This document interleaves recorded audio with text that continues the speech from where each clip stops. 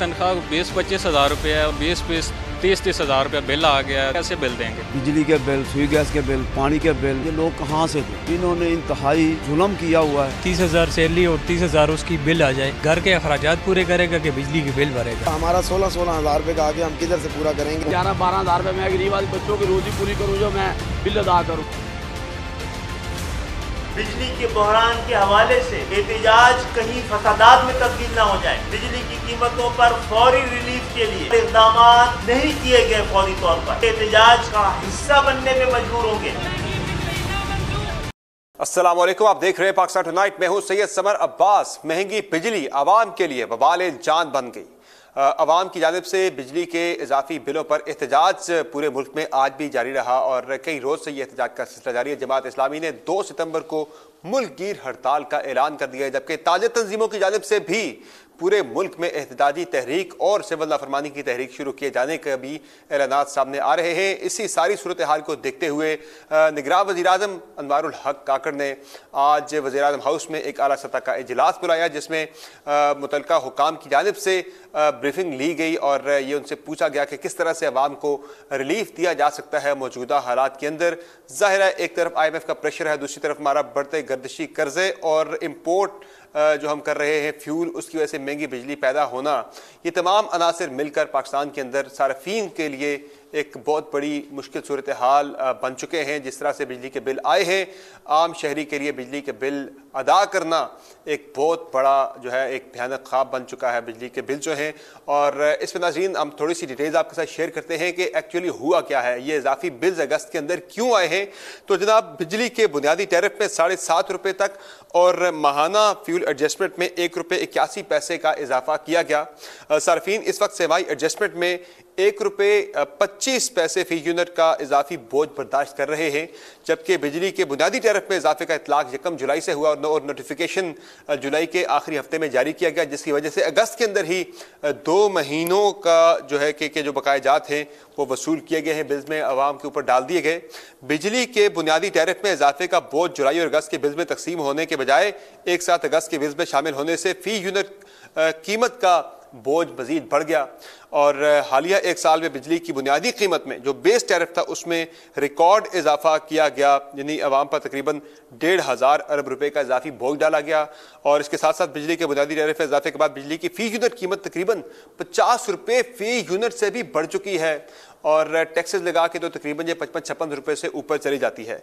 बिजली सिर्फ 1 साल में बुनियादी टैरिफ तकरीबन 15.41% उसमें इजाफा हुआ है, जबकि गुज़िश्ता माह के बिजली के बुनियादी टैरिफ में 7.5 रुपये का इजाफा किया गया, जिसका बोझ तकरीबन 500 अरब रुपये बनता है, जो कि पाकिस्तानी सार्फिन के ऊपर मुंतकिल किया गया है। इस तमाम सूरत हाल की वजह से पाकिस्तानी आवाम को बहुत ज़्यादा बिजली के भारी बिल जो हैं वो चुकाने पड़ रहे हैं। कई लोग ऐसे जिनकी तनख्वाह से ज़्यादा उनके बिजली के बिल्स आ गए हैं, जिसकी वजह से पूरे मुल्क में शहरी बिलबिला उठे हैं। हमें इस सूरत हाल पर ज्वाइन किया है डॉक्टर हकान नजीब साहब ने। डॉक्टर साहब, बहुत शुक्रिया आपने प्रोग्राम में ज्वाइन किया। आप माहिर मैशत भी हैं, एनर्जी के अमूर के ऊपर भी आप जो है एक्सपर्ट हैं। हकान नजीब साहब, ये बताइएगा कि IMF के प्रेशर को देखते हुए, उनकी शराइत को देखते हुए, महंगे फ्यूल की इंपोर्ट को मद्देनजर रखते हुए क्या समझते हैं कि किस तरह से अवाम को बिजली के बिलों में रिलीफ दिया जा सकता है? पहली तो ये बात है कि हमें बिलीव करना है कि जहां हम आज खड़े हैं ये हमारे उन बहुत से सालों दिहाइयों की वो काम जो हमें करने चाहिए थे और हमने नहीं किए, उसकी वजह से यहाँ पे खड़े हैं। ये कोई इमीडिएट ऐसी चीज़ नहीं है जो आज या कल या 2 महीने या 6 महीने या साल में हुई हो। मतलब हम प्राइवेटाइज नहीं कर सके, हम IPPs का जो गारंटीड रिटर्न है उसमें से नहीं निकल सके, हम सिंगल बायर मॉडल से नहीं निकल सके, हम डिस्कोज में अच्छे CEOs बोर्ड्स नहीं लगा सके। ये मैंने कुछ चीज़ें इसलिए रखी हैं कि आप बिलीव करें कि ये एक लॉन्ग टर्म बात है ठीक होने वाली, ये फंडामेंटल रिफॉर्म है जो होने वाला है। हैविंग सेड दैट, जो इस वक्त सिचुएशन है उसको संभालना भी उतना ही ज़रूरी है। अब if that was to be true तो क्या किया जा सकता है? IMF के प्रोग्राम को रहते हुए, IMF के प्रोग्राम से इन्हिराफ ना करते हुए, देखिए इस वक्त जो किया जा सकता है वो ये है कि आपके पास बिलों को स्टैगर करने की गुंजाइश है। IMF के पास वापस जाइए, उनको बताइए कि ये स्टैगर करने से एक इंडिकेटिव टारगेट 30 सितंबर का डिस्टर्ब हो जाएगा सर्कुलर डेट का, उनसे इजाज़त लीजिए और वो कर लीजिए। GST 18% है, उस पे जहां 200 या 300 वाले हैं ना समर, वो बहुत डिस्टर्ब हो गए हैं। So let's try and handle the 200 और 300 वंस जो यूनिट्स की सेल है, सो दैट GST उस पे सोच लीजिए। अगर इसको रीथिंक करें, go back to the IMF, discuss with them. जो income tax on higher slabs है वो 7.5% है, इस पे भी सोच लीजिए। अगर 400 तक किसी का 25,000 से ऊपर बिल आ रहा है, उसको संभाल लीजिए। क्वार्टरली टैरिफ एक नया आने वाला है, बट एक वापस भी जाने वाला है। आई थिंक ये कोई ₹1.42 के करीब है। सो अगले को अगर थोड़ा स्टैगर करना चाहते हैं और जो इस वक्त ऑफ हो रहा है उसका रिलीफ देना चाहते हैं, फंड से डिस्कस कर लें। अब आप कहेंगे कि मैं बार बार कह रहा हूं कि फंड से डिस्कस कर लें। रिलीफ बगैर फंड के साथ बात किए हुए नहीं हो सकता। Stagger is the easiest relief, but जो मैंने आपके सामने बाकी भी रखे हैं ना, वो बिल्कुल ऑफ द टेबल नहीं है। अब ये बात मैं इसलिए कह रहा हूं, लेट मी शेयर समथिंग, मैंने किसी प्रोग्राम में नहीं किया पर आपके प्रोग्राम से शेयर करता हूं। आप पाकिस्तान का जब बजट पढ़ेंगे फेडरल, तो उसमें एक इमरजेंसी प्रोविजन हम रखते हैं। I can even share the amount with you. 250 अरब रुपए की ये प्रोविजन हमारे बजट में मौजूद है। आप इसको यूज कर सकते हैं। क्या emergency situation erase has reason? May be it has, because जो मैं इस वक्त देख रहा हूँ discomfort, and we don't want that discomfort in the country, क्योंकि ये सब हल होने वाले मसाइल हैं, शॉर्ट टर्म में भी और लॉन्ग टर्म में भी। उसको यूज कीजिए। एक 400 अरब रुपए के करीब आपने GIDC में रिकवर करना है। अब मैं आपको ये क्यों कह रहा हूँ, देखें, आप जब फंड से बात करते हैं ना, तो आप पहले अपनी पोजीशन एक्सप्लेन करते हैं, आप ऑल्टरनेटिव मैकेनिज्म एक्सप्लेन करते हैं, और आप रिसोर्सेज ऑफ फंड्स एक्सप्लेन करते हैं। Please use this. इसीलिए पाकिस्तान 21 प्रोग्राम फेल किए हुए हैं, इनकम्प्लीट छोड़े हुए हैं, कि they don't approach the fund like this. और इस वक्त ग्राउंड रियलिटी वो भी देख रहे हैं वॉशिंगटन में, वो पाकिस्तान से डिसएसोसिएटेड नहीं है। याद रखिए कि वहाँ 11 ख़वातीनो हजरात बैठे हुए 8 घंटे पाकिस्तान को वॉच कर रहे हैं, हर कटिंग देख रहे हैं, मेरा आपका इंटरव्यू भी सुन रहे हैं। सो दे आर वेल अवेयर। उनको ऑप्शंस रखिए कि हम ये करना चाहते हैं और उसको आगे लेके चलिए। थोड़ा सा डिस्कोर्स को टाइटन कीजिए। समर, मैं एक और फिगर आपके सामने रखना चाहता हूं, और अब मैं थोड़ी सी गुफ्तगू फर्क करना चाहता हूं। यार, ये तो नहीं हो सकता ना कि 2022 की जो रिपोर्ट है उसमें आप ये मुझे कहें कि T&D लॉसेस सारे डिस्कोस के मिला के 520 अरब रुपए के थे। I mean that is uncalled for. ये स्टोरी तो हमने लिखनी है ना। अब इस स्टोरी को लिखना भी शुरू कीजिए। ये प्राइवेटाइजेशन में बिलीव कीजिए कि ये असल रिफॉर्म है पाकिस्तान का। ये बिलीव कीजिए कि ये जो रोल ऑफ स्टेट रहा है summer, it has hurt us. इसको ठीक कीजिए। और जो पाकिस्तान ने गारंटीड रिटर्न्स दिए हैं, इससे निकलिए। सब्सिडी का रिफॉर्म कीजिए। समर, ये जो इस वक्त हो रहा है मुल्क में, इसमें ये बहुत इंपॉर्टेंट हो गया। अब आप कहेंगे मैं क्यों कह रहा हूं ये। 50 यूनिट तक हम 4 रुपए की बिजली बेचते हैं। आपका ख्याल है कि वो 4 या 5% लोग जिनको हम 4 रुपए की बिजली दे रहे हैं, वो ये समझ रहे हैं बात? उनके घर पैसे भेजिए। एक फ्लैगशिप प्रोग्राम है पाकिस्तान का, इनकम सपोर्ट, सो दैट वो बिलीव करें। इसके साथ साथ पाकिस्तान के टैरिफ का भी रिफॉर्म कीजिए। पाकिस्तान की जो कॉस्ट है उसको नीचे लाइए। ये कलीदी काम शुरू कीजिए। वो कैसे होगी? आप कहेंगे ये आपने कह दिया। मैं ऐसे नहीं कह रहा। पाकिस्तान का IPPs का जो डेट 2015 के IPPs के बाद का है समर, उसको अगर रीप्रोफाइल करेंगे तो आपको बहुत गुंजाइश डेट के टेनर को चेंज करके मिल जाएगी। I am being technical because the policy makers need technical advice। एक तजवीज़ ये भी आई है, जो साबिक मिनिस्टर थे ख्वाजा आसिफ साहब, वो भी एनर्जी के पावर के मिनिस्टर रहे हैं, पावर डिवीजन के, वो ये कह रहे, तजवीज़ ये दे रहे हैं कि जो आपकी जो प्रोटेक्टेड जो आपके कंज्यूमर्स हैं, जो 200 यूनिट तक के, इसको आप बढ़ा के 300 यूनिट तक आप कर दें कि 300 यूनिट वाला जो है सारे उसको उस तक प्रोटेक्शन होनी चाहिए कि उसको जो है आप सब्सिडी दें, उससे ऊपर वालों को आप बेशक ना दें। ये मुमकिन हो सकता है? IMF को इस पर कन्विंस किया जा सकता है कि वो अलाउ कर दें? Okay, so let us think about this. इस तजवीज़ में थोड़ा सा वजन इसलिए है कि जो प्रोटेक्टेड के बाद बिजली में जो अभी टैरिफ 7.5 रुपए का चेंज हुआ था, तो उसमें जो ये जो यूनिट्स थे, ये जो 400 वाले हैं, इनमें हमने 5 रुपए जो बिजली का टैरिफ है वो हमने तब्दील किया था। जब आपने ये 5 रुपए बिजली का टैरिफ चेंज किया उनके लिए, तो उनका बिजली का टैरिफ बढ़ गया और वो GST भी उन पे 18% लागू हो गया।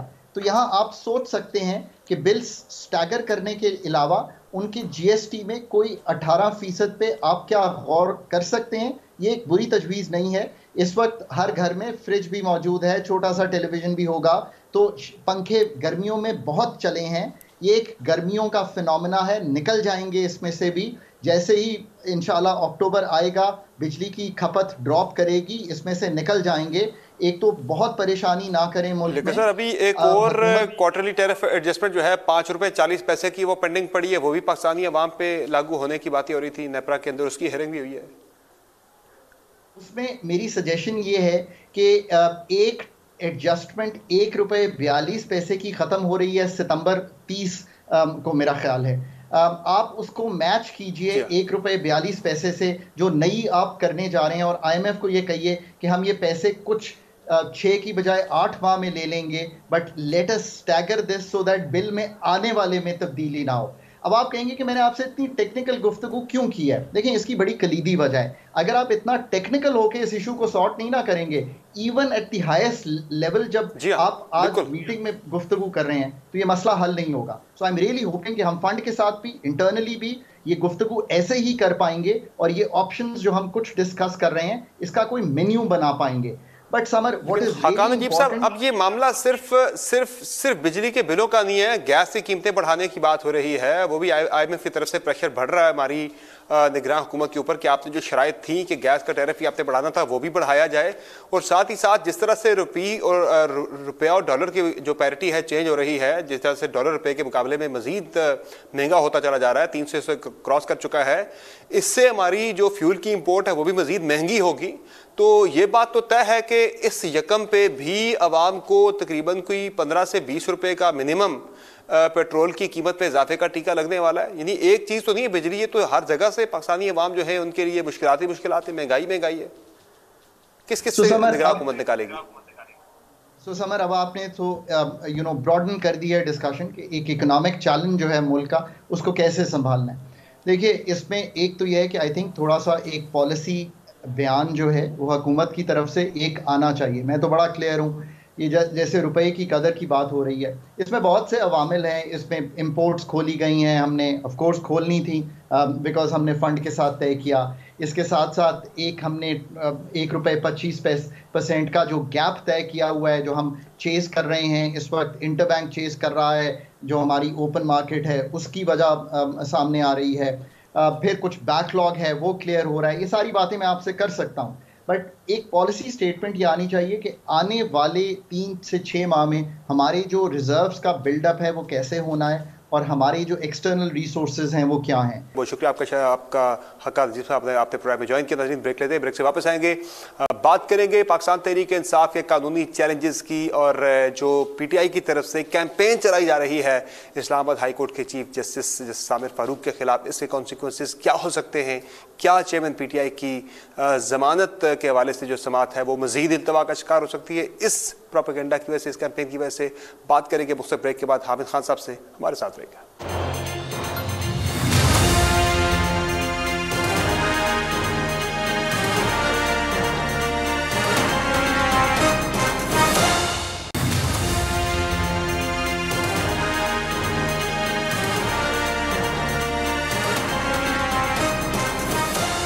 वेलकम बैक दोस्तों। नाज़रीन, पाकिस्तान तहरीक इंसाफ की जानिब से इस्लामाबाद हाई कोर्ट के चीफ जस्टिस सामिर फारूक के खिलाफ एक मुहिम चलाई जा रही है सोशल मीडिया पर, और कल ही यानी सोमवार के रोज़ जस्टिस सामिर फारूक ने पाकिस्तान तहरीक इंसाफ के चेयरमैन इमरान खान के सज़ा की सस्पेंशन का केस भी सुनना है। इस पर फैसला भी मुतवक्का है, लेकिन उससे पहले ये मुहिम चलाए जाना और पाकिस्तान तहरीक इंसाफ के ऑफिशियल ट्विटर अकाउंट से उनकी तस्वीर के साथ इस मुहिम को चलाए जाने पर वजारत कानून और इंसाफ ने आज अपना रद्द अमल दिया है और कहा है कि सियासी जमातों को इदारों के खिलाफ मुहिम चलाने से गुरेज करना चाहिए।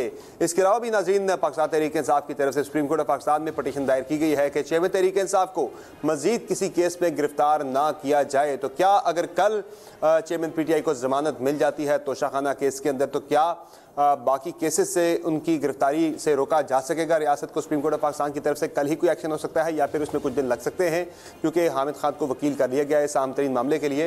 इसी मामले पर नाज़रीन हमें ज्वाइन किया है प्रोग्राम में हामिद खान साहब ने, पाकिस्तान तहरीक इंसाफ के लॉयर हैं और बड़े और उनके सियासतदान भी हैं। बहुत शुक्रिया हामिद खान साहब, आपने प्रोग्राम में अपना कीमती वक्त दिया। सर, सबसे पहले तो ये बताइएगा कि इस वक्त ज़ाहिर है तोशाखाना के हवाले से मामला जो चल रहे हैं, कल इस हवाले से केस का फैसला भी मुतवक्का है। इस्लामाबाद हाई कोर्ट के चीफ जस्टिस आमिर फारूक की तरफ से फैसला भी सुनाया जाना है। लेकिन जिस तरह हम देख रहे हैं कि पाकिस्तान तहरीक इंसाफ के ऑफिशियल ट्विटर अकाउंट से कैंपेन चलाई जा रही है chief justice Islamabad high court के खिलाफ, क्या ये मुनासिब रवश है कि आपको किसी जज का कोई फैसला, कोई कंडक्ट, अगर कोई चीज़ पसंद ना आए, यानी कोई फैसला पसंद ना आए, तो आप जो है उनके खिलाफ एक मुनज़्ज़म कैंपेन शुरू कर दें? जो चल रहा है पीटीआई की तरफ से जो हो रहा है, क्या ये मुनासिब हरकत है सर? ये देखिए, मैं नहीं समझता जो कोई इंटेंशनल कैंपेन हो रही है। ये सोशल मीडिया में हर बंदा फ्री है जो भी चाहे कहे, इसलिए मैं नहीं समझता हूँ कि पीटीआई की तरफ से कि कोई डिलिबरेट कैंपेन है या कोई सोची समझी स्कीम के तहत। ये लोगों के अपने अपने रिएक्शन है सोशल मीडिया पर। तो सर, वजारत कानून को इसलिए इसी मामले पे नोटिस देना पड़ा है, उन्होंने ट्वीट किया है क्योंकि पाकिस्तान तहरीक इंसाफ के ऑफिशियल ट्विटर अकाउंट से ये ट्वीट्स आ रही हैं chief justice Islamabad high court के खिलाफ। तो क्या, चूंकि कल उन्होंने सुननी है चेयरमैन पीटीआई की अपील पे फैसला सुनना है, तो क्या उन्हें दबाव में लाने की कोशिश तो नहीं है ये पीटीआई की तरफ से? देखिए, बात ये है कि वहाँ पर भी तो डिसऑर्गेनाइज सूरत हाल है और उस डिसऑर्गेनाइज सूरत हाल में हर शख्स अपने तौर पर जो बात कहना चाहता है कहता है। मेरा मकसद ये है कि ये कोई ऑर्गेनाइज कैंपेन नहीं है, क्योंकि पॉलिसी पीटीआई की ये जहाँ तक बताई गई तो ये है कि हमने जुडिशरी जो हो उनके खिलाफ बात नहीं करनी है, जुडिशरी को अपने खिलाफ नहीं करना। आमिर खान साहब, ये जो जस्टिस आमिर फारूक का मामला है, इस पे अगर आपको जज के कंडक्ट पे एतराज़ हो या किसी भी किस्म के हवाले से आपको कोई एतराज़ हो, आप उस जज के खिलाफ सुप्रीम जुडिशल काउंसिल में रेफरेंस ला सकते हैं, जिस तरह से पीटीआई की कोर कमेटी ने कोई फैसला भी किया है। दूसरे नंबर पर अगर आपको किसी जज के बारे से कोई एतराज़ है तो आप उस जज की कोर्ट में जाके आप एतराज़ कर सकते हैं कि हमें आपके ऊपर एतराज़ है। अभी जब से वो तोशाखाना केस के बारे से अपील सुन रहे हैं, कोई भी उनकी कोर्ट में जाके पीटीआई की तरफ से कोई एतराज़ सामने नहीं आया कि आप इस केस को ना सुने। और लग तो ये रहा है बज़ाहिर के कल मुमकिन है कि आमिर फारूक साहब ही इस सारे दबाव की वजह से वो केस से अलग हो जाएं। अगर वो अलग होते हैं, रिक्यूज कर लेते हैं केस सुनने से मजीद, तो फिर नया बेंच बनने तक मजीद आप ही के चेयरमैन की जो है रिहाई वो टल सकती है काफ़ी मजीद दिनों तक के लिए। देखिए, वो एक ऑप्शन हर जो है जो लिटिगेंट के पास होता है कि वो जज पर जो है वो इतराज करे, वो बायस है किसी वजह से, उसकी वजह बता के, तो वो कर तो सकता है और उसके करने में तो चीज गलत नहीं है, क्योंकि ये हमेशा से चल रहा है, बायस जजेस के खिलाफ इतराजात होते रहे। लेकिन उसको सुप्रीम जुडिशल काउंसिल में नहीं ले जाया जाता, सुप्रीम जुडिशल काउंसिल में तो उसका ओवरऑल मिसकॉन्डक्ट की बात होती है। लिहाजा मैं नहीं समझता कि ये कोई सुप्रीम जुडिशल काउंसिल का केस बनता है। हाँ, अगर ये एक तासुर पाया जाता है इमरान खान साहब का या उनके बिहाफ पे उनके वकला का कि ये बायस हैं, तो फिर ठीक है, आप एतराज करें और उनसे रिक्वेस्ट करें कि आप ये केस ना, वो जायज बात है। सर, ये खान साहब की सेहत के वाले से बुशरा खान साहिबा ने भी एक एफिडेविट जमा करवाया है और आपको उन्होंने अपना वकील किया है इस मामले के अंदर के उनको मजीद किसी केस के अंदर गिरफ्तार ना किया जाए, उनकी सेहत बिगड़ रही है। तो तोशाखाना में अगर कल उन्हें जमानत मिल जाती है तो आप कितने होपफुल हैं, कितनी आपको उम्मीद है कि उन्हें मजीद किसी और केस के अंदर गिरफ्तार नहीं किया जाएगा? वो मैं कुछ नहीं कह सकता कि इस वक्त तो उनको विक्टिमाइज किया जा रहा है, तरह तरह के केसेस में फंसाया जा रहा है, सैकड़ों केसेस उनके खिलाफ बना दिए हैं और हर तरह के केसेस बनाए जा रहे हैं। तो मुझे जो उनका अभी तक कॉन्डक्ट नजर आ रहा है मौजूदा हुकूमत और पिछली हुकूमत का, वो तो ये है कि वो हर तरह से इमरान खान साहब को विक्टिमाइज करेंगे और करते रहेंगे। इसलिए मैं नहीं समझता कि उन्होंने उनको रिलीज करना है। अगर सस्पेंशन हो भी जाती है सेंटेंस की, तो ऑफिशियल किसी और केस में उनको अरेस्ट कर लेंगे। अच्छा सर, खबरें ये भी आ रही हैं कि पाकिस्तान तहरीक इंसाफ की तरफ से सेकंड ईयर लीडरशिप कोशिश कर रही है कि एस्टेब्लिशमेंट के साथ या इदारों के साथ ताल्लुकात अपने ठीक किए जाएं, जो ताल्लुकात ख़राब हुए थे वो ताल्लुकात अब ठीक किए जाएं। सेकंड ईयर लीडरशिप जो है वो राब्ते बढ़ा रही है, कोशिश कर रही है। आप क्या समझते हैं, ये बेहतर एक अप्रोच है कि इदारों के साथ जो ताल्लुकात ख़राब हुए पाकिस्तान तहरीक इंसाफ के, वो ताल्लुकात अब ठीक करने चाहिए खान साहब को या पीटीआई को? मैं तो स्पोक्स पर्सन नहीं हूँ, ना ही मैं समझता हूँ कि अदलिया को डिक्टेशन लेनी चाहिए एस्टेब्लिशमेंट से। लिहाजा मैं इस बारे में कुछ कहना नहीं चाहता, ना ही मैं इस आइडिया का सपोर्टर हूँ कि एस्टेब्लिशमेंट का कोई पॉलिटिकल रोल होना चाहिए। Whatever PTI from time to time अगर ये करती रही है तो मैं उससे कभी एग्री नहीं किया। मैं समझता हूँ कि एस्टेब्लिशमेंट का रोल वही होना चाहिए जो आइन में उसको दिया गया, मिलिट्री एस्टेब्लिशमेंट को। उसके अलावा कोई और रोल नहीं होना चाहिए, सियासी रोल हरगिज़ नहीं हो। आमिर खान साहब, नून लीग की तरफ से एक हिकमत अमली सामने आई है कि अब वो सुप्रीम कोर्ट के मौजूदा चीफ जस्टिस उमर अता बंदयाल और साबिक जो चीफ जस्टिस थे, जिनमें जस्टिस आसिफ सईद खोसा थे, जस्टिस साकिब निसार थे, उनके खिलाफ वो एक मुनज़्ज़म कैंपेन जो है वो चलाने जा रहे हैं। ये फैसला हुआ है, वो कह रहे हैं कि उनके हवाले से उनकी जो मुख्तलिफ ऑडियोज़ हैं या उनके मुख्तलिफ जो रिमार्क्स हैं वो आवाम के सामने रखी जाएंगी, उनकी ऑडियो जो है पब्लिक में लाई जाएंगी और उसके ऊपर एक मुनज़्ज़म तरीके से उनके खिलाफ एक कैंपेन बिल्ड की जाएगी कि उन्होंने विक्टिमाइज़ किया PMLN को। तो ये जो एक हिकमत अमली है कि सुप्रीम कोर्ट के जजेस को जो है स्कैंडलाइज करके दबाव में ला के या उनके ऊपर अपनी सियासत के हवाले से फ़ायदा उठाने की जो कोशिश है, आपको लग रहा है कि इस पर नून लीग पॉलिटिकल माइलेज ले पाएगी मौजूदा माहौल के अंदर? देखिए, ये जो एक तरीका है ब्लैकमेल करने का, जुडिशरी को खौफजदा करने का, उनको मजबूर करने का, ये बिल्कुल गलत है। मैं समझता हूँ हर लिहाज से, आईनी तौर पर भी, कानूनी तौर पर भी और इखलाकी तौर पर भी बिल्कुल गलत। अच्छा सर, अभी जो नून लीग की एक ये भी स्ट्रेटजी है कि मियां नवाज शरीफ जो है वो अक्टूबर में पाकिस्तान आएंगे, जो कि 16 सितंबर को chief justice of Pakistan justice Umar Ata Bandial ने रिटायर होना है। उनके हवाले से जो एक नून लीग कह रही है कि जब वो चले जाएंगे उसके बाद हम अपनी अपीलें या बाकी जो भी हमने केसेस करने हैं आके मियां नवाज शरीफ की सजा के खात्मे के हवाले से, उनकी नायरी के खात्मे के हवाले से, वो सब कुछ हमने उनके बाद आके करना है। तो ये सारा कुछ जो है ज़ाहिर है उनकी बात तो उमर अता बंदयाल साहब की बात तो जस्टिस काजी फाइज ईसा ने संभालनी है सुप्रीम कोर्ट की जो है सरबराही। तो ये जो सारा एक जो बयानिया है नून लीग का, मौजूदा चीफ जस्टिस के जाने के बाद हम सारा कुछ रिलीफ लेंगे या जो भी करना है, मियां साहब ने पाकिस्तान भी आना है, तो ये जस्टिस काजी फाइज ईसा को कितनी एक टफ सिचुएशन में डाल रहा है? देखिए, ये उनकी अपनी एक प्रॉब्लम है PMLN की। मेरे नजदीक काजी साहब के आने से कोई उनके लिए सॉफ्ट कॉर्नर तो नहीं पैदा होगा, क्योंकि काजी साहब एक इंडिपेंडेंट जज हैं और हमें यकीन है कि वो एक इंडिपेंडेंट जज के तौर पर, जस्टिस के तौर पे काम करेंगे और किसी को कंसेशन नहीं देंगे, ना किसी को बर्डन करेंगे। हमारी ये उनसे तवक्कुआत है। अच्छा हाँ साहब, पाकिस्तान पीपल्स पार्टी की तरफ से एक मौक़िफ़ सामने आया है कि वो अब 90 रोज़ के अंदर इंतखाबात के लिए भरपूर जो है वो तहरीक चलाएंगे। शायद वो सुप्रीम कोर्ट ऑफ पाकिस्तान में भी जाने का प्लान कर रहे हैं और एक उन्होंने कहा हमारा उसूली मौक़िफ़ है कि इंतखाबात 90 रोज़ के अंदर हर सूरत में होने चाहिए। हल्का बंदियों का बहाना करके इंतखाबात का इल्तवा नहीं होना चाहिए, इंतखाबात मौखर नहीं होने चाहिए। पाकिस्तान तहरीक इंसाफ का मुतालबा भी यही है, जमात इस्लामी का भी यही है। तो क्या इस नुक्ते के ऊपर पाकिस्तान तहरीक इंसाफ और पीपल्स पार्टी जो कि सेम पेज पर हैं, तो क्या मिलके कोई एक जॉइंटली कोई एफर्ट कर सकती है? नहीं, जो भी 90 दिन में इंतखाबात का कोड करेंगे हम उसको खुशामदीद कहते हैं। वो अभी तक पीपल्स पार्टी का जो कॉन्डक्ट रहा है वो तो इतना अच्छा नहीं रहा। उन्होंने PMLN के साथ मिलकर सारे गैर आईनी कामों में शमूलियत की और फिर आइन को बारहा मजबूर किया गया, उसमें अभी तक पीपल्स पार्टी शामिल है। हाँ, कल को वो अगर अपना रवैया बदल के वो आइन के तहत अपने आप को आके और आइन की अमलदारी करने के लिए, तो फिर उस सूरत में तो मैं समझता हूँ कि उस चीज की हौसला अफजाई करनी चाहिए।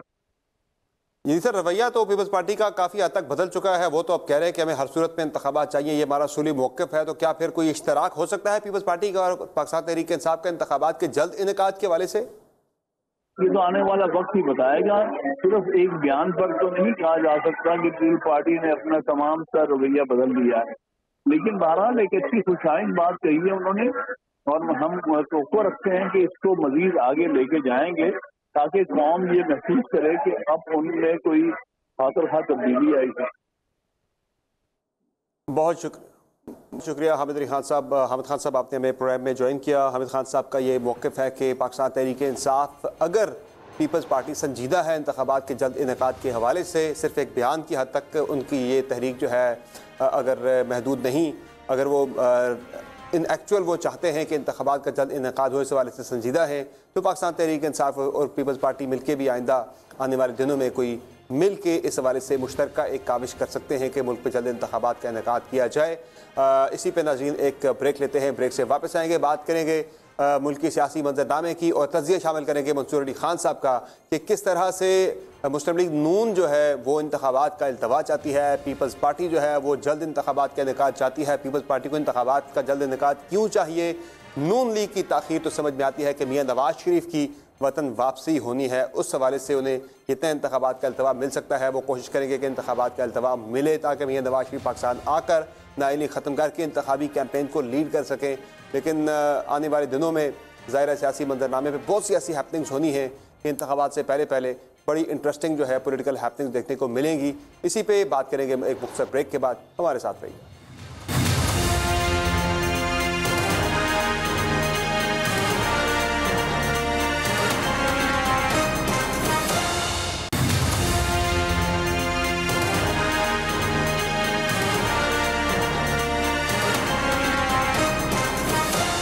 Welcome back to the show नाज़रीन। अब बात कर लें मुल्क की सियासी सूरत हाल की। सियासी मंजरनामे पर बड़ी तब्दीलियाँ रोनुमा हो रही हैं।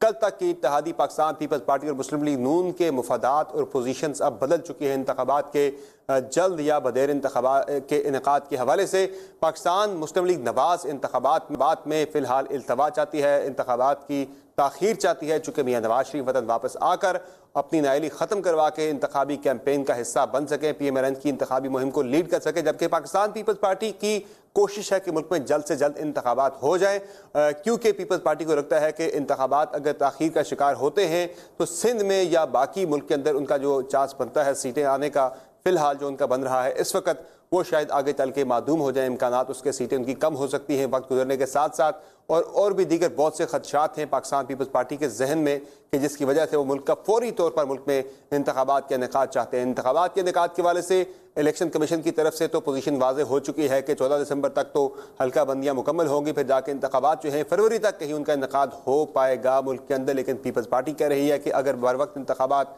का इनेकाद ना हुआ तो फिर उन्हें कोई तहरीक चलानी पड़ी तो वो तहरीक भी चलाएंगे। ये उनका उसूली मौक़िफ़ है, इस हवाले से वो हर हद तक जाने की कोशिश करेंगे। बाकी जमातों की बात करें तो पाकिस्तान तहरीक इंसाफ की कोशिश और उनका बयानिया और उनकी एक सोच तो पहले दिन से यही रही है कि मुल्क में फौरी तौर पर इंतखाबात हो जाने चाहिए। वो तो पिछले 6-8 माह से इंतखाबात मुल्क के अंदर मांग रहे हैं कि फौरी इंतखाबात हो जाए। इसी पे आने वाले दिनों में क्या सूरत हाल बन सकती है? क्या पीपल्स पार्टी नून लीग अब खुल के एक दूसरे के आमने सामने आने वाली हैं? क्योंकि ज़ाहिर इंतखाबी कैंपेन भी शुरू होनी है। हमें इसी पे ज्वाइन किया है मंसूर अली खान साहब ने, हम न्यूज़ से ही वाबस्ता हैं, सीनियर एंकर पर्सन हैं, तजज़ियाकार हैं। मंसूर अली खान साहब बहुत शुक्रिया, आपने अपना कीमती वक्त दिया। ये बताइएगा कि कल तक के इत्तेहादी पीपल्स पार्टी नून लीग दोनों ने मिल के बैठ के CC के इजलास जो है CCI के इजलास में बैठ के, मुश्तरका मुफादात कौंसिल के इजलास में बैठ के मरदमशुमारी को अप्रूव किया। सबको ये पता था, आपको पता था, मुझे पता था, हर पाकिस्तानी के जहन में ये चीज़ थी कि अगर सेंसस अप्रूव हो गया, हल्का बंदियों का अमल शुरू हो गया तो इंतखाबात हर सूरत में इल्तवा का शिकार होंगे। लेकिन पीपल्स पार्टी को उस वक्त ये बात समझ नहीं आई। अब उन्हें ये बात अचानक से याद आ गई, भाई इससे तो इंतखाबात मुलतवी हो जाएंगे, हमें तो पहले नहीं पता था कि इंतखाबात इससे मुलतवी होंगे। ये हुआ क्या मामला? पीपल्स पार्टी को इतनी जल्दी क्यों पड़ गई इंतखाबात की? बहुत शुक्रिया समर साहब। देखिए, मैं इसको एक्चुअली एक डिफरेंट एंगल से देखता हूँ। मैं ये प्रिडिक्ट कर सकता था कि जैसे ही PDM की गवर्नमेंट की मियाद ख़त्म होगी और असम्बलियाँ तहलील कर दी जाएंगी तो उसके बाद आहिस्ता आहिस्ता अपनी पोजीशंस जो हैं वो सेपरेट लेनी शुरू कर देंगे ये लोग। इसकी वजह ये है कि अभी आप आगे देखिएगा, यहाँ पे ब्लेम गेम भी शुरू होगा। जाहिर बात है आज अवाम के अंदर एक गुस्सा पाया जाता है महंगाई को लेके, PDM के जो बुलंदबांग दावे थे वो नहीं हो सके पूरे, और इस वक्त लोगों के अंदर एक इश्तियाल पाया जाता है। अब आपको कोई ना कोई सियासत के अंदर जो है वो एक बॉक्सिंग करने के लिए वो जो एक रिंग होता है ना, वो आपको चाहिए होता है, जहाँ पे आप एक शख्स को सामने खड़े करते हैं और उसके फिर मुक्के मारना शुरू करते हैं और कहते हैं कि जनाब ये कसूरवार है, इसने ये सब कुछ किया है। तो सियासत के अंदर ये हो नहीं सकता कि आप जो है वो सारा वक्त ये इकट्ठे चलते रहें और उसके बाद कहें कि जी ये जो कुछ भी हम इसको इकट्ठे ही आगे बर्दाश्त करेंगे। सियासत आपने अपनी अपनी करनी होती है।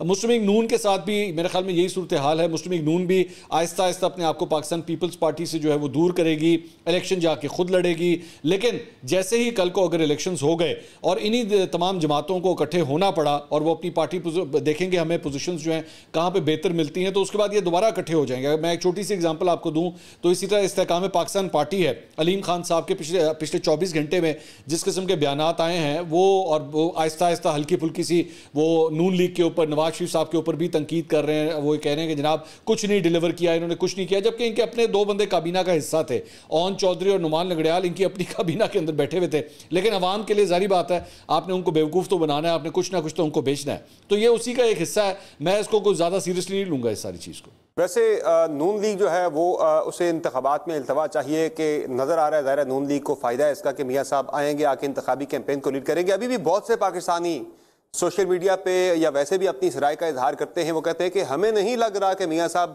15 अक्टूबर को भी पाकिस्तान वापस आ जाएंगे, फिर लगता है कि एक और तारीख मियाँ साहब की तरफ से आ जाएगी। क्या लग रहा है आपको, आ जाएंगे? और उनका आना तो ज़ाहिर है इस बात को कम अज़ कम तो कर देगा, वो यकीनी बना देगा कि मुल्क में इंतखाबात कम अज़ कम हो रहे अगर वो आते हैं पाकिस्तान। अच्छा, मैं इसमें भी एक डिफरेंट एंगल से मैं बात करूंगा। ये कितने अफसोस की बात है, आप ज़रा अंदाज़ा कीजिए कि हमारे सियासी रहनुमाओं की क्रेडिबिलिटी कितनी रह गई है कि उनकी बात के ऊपर, उनके अपने वापस आने के ऊपर भी लोग ट्रस्ट करने के लिए तैयार नहीं है कि उनकी अपनी रिटर्न होगी या नहीं होगी, इसके ऊपर यकीन ही नहीं रहा लोगों का। और इसकी वजह क्या है कि आपने पिछले 1.5-2 साल में बार बार इस किस्म की अनाउंसमेंट होती रही और इसके लिए खास तौर पे डिप्यूट किया गया था मियां जावेद लतीफ़ साहब को कि वो हर दफ़ा टॉक शोज़ में बैठते थे। वो 1 महीने 2 महीने देखिएगा, इस साल जनवरी नहीं आएगा, दिसंबर में आ जाएंगे, आप देखिएगा आपके दरमियान होंगे, नहीं आए। और यही वजह है कि लोगों का इतना डिस्ट्रस्ट हो चुका है कि सिर्फ इतनी मामूली सी, ये बड़ी एक मामूली सी छोटी सी बात है। ये नहीं होगा कि नवाज शरीफ साहब का जहाज़ जिस दिन लैंड कर जाएगा पाकिस्तान की सरजमीन पे तो ये डॉलर जो आज आपको 315-316 का मिल रहा है ये 216 का हो जाएगा या 215 का हो जाएगा। ऐसा कुछ भी नहीं होना। ये नहीं है कि पेट्रोल की कीमत जो 290 से ऊपर जा चुकी है वो 200 पे आ जाएगी या 150 पे आ जाएगी, कुछ ऐसा नहीं होगा। Nothing will happen. लेकिन लोग जो है वो ट्रस्ट तक करने के लिए तैयार नहीं है। और आप यकीन कीजिए कि सिर्फ ये नहीं, आम लोग नहीं, इनकी अपनी पार्टी के अंदर लोग भी ट्रस्ट करने के लिए तैयार नहीं है। मेरी कई लोगों से बात हुई, उन्होंने कहा भाईजान हमें आज भी यकीन नहीं है कि मियाँ साहब एक्चुअली मुकर्ररा टाइम के ऊपर, डेट के ऊपर आते हैं। यानी हाँ, डिबेट हुई है, ये मैं कंफर्म कर सकता हूँ, ये मेरी ज़राए से बात हुई है। मैं आपको ये भी कंफर्म कर सकता हूँ कि मियाँ साहब को पार्टी के अपने अंदर से भी ये तजवीज़ दी गई थी कि मियाँ साहब चंगा नहीं लगता कि बंदयाल साहब जब चले जाएं तो उसके बाद आप आए, हमारा इंप्रेशन क्या जाएगा, हमारा बड़ा अजीब सा इंप्रेशन जाएगा। तो बेहतर है कि बंदयाल साहब के होते हुए आप यहाँ पे आए, 16 सितंबर से पहले वापस यहाँ पे आएँ। ये अच्छा नहीं लगता कि आप बाद में आए, लेकिन obviously there were others who said कि नहीं, बेहतर है कि आप अपने आप को सेफ गार्ड करें, ये ना हो कि फिर एक नई मुसीबत में फंस जाएं। तो ये जो डर है, ये जो खौफ है, ये तो मौजूद है, नून लीग के कैंप के अंदर मौजूद है, शायद जिसकी वजह से वो कोई फैसला ही नहीं कर पा रहे। अच्छा, पीपल्स पार्टी नून लीग के इख्तलाफात तो अपनी जगह पर, लेकिन ये जो पीपल्स पार्टी को अचानक से इंतखाबात की जल्दी पड़ गई है कि इंतखाबात फौरन मुल्क के अंदर होने चाहिए, क्या आपको लग रहा है कि उनको खदशा है? ऐसी कौन सी फिक्र है जो अंदर ही अंदर खाई जा रही है कि भाई इंतखाबात अगर मुलतवी हो गए तो फिर गेम हाथ से निकल जाएगी?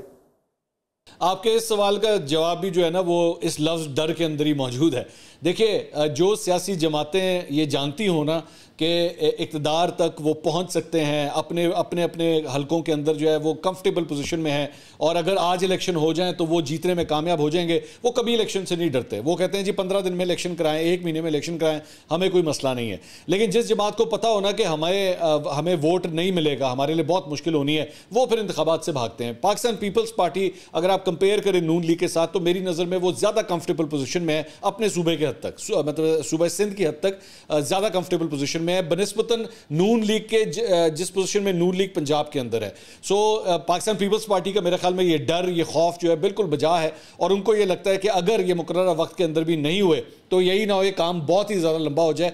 और मैं मतलब कहने वाले तो आज ये भी सरगोशियाँ हो रही हैं इस्लामाबाद के अंदर भी, लाहौर के अंदर भी, कि शायद हो सकता है फिर फरवरी से भी आगे कहानी चली जाए। और अगर फरवरी से आगे कहानी चली गई और एक दफ़ा आपने मार्च का सेनेट का वो जो एक टाइम फ्रेम है, अगर उसको भी आपने क्रॉस कर लिया ना, फिर बात महीनों की नहीं, फिर मेरे ख्याल में बात सालों की होगी। जी हाँ, बिल्कुल। यह खदशा काफ़ी ज़्यादा जो है सियासी जमातों को इस वक्त परेशान कर रहा है। पर्टिकुलरली पीपल्स पार्टी बड़ी परेशान है, दीगर जमातें हैं, लेकिन नून लीग बड़ी कंफर्टेबल बैठी हुई है फिलहाल सारे मामले के अंदर। उन्हें इंतखाबात शायद अभी सूट नहीं करते।